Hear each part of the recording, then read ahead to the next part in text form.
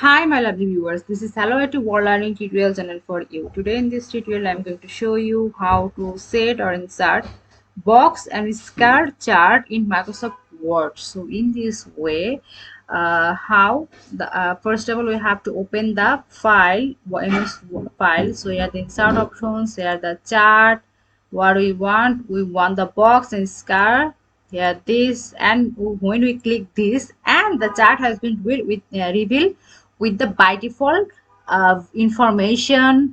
According to this information, the chart has been revealed. If you wanna change, or if you wanna copy paste or this file or modify, edit these things, so we can do easily from the here. And as well as also whatever you want or whatever you wanna change the design, so from the here we can design this. See, also we can change design from the here. So thank you so much for watching this video. Please subscribe this channel. Hopefully this tutorial will help you so much.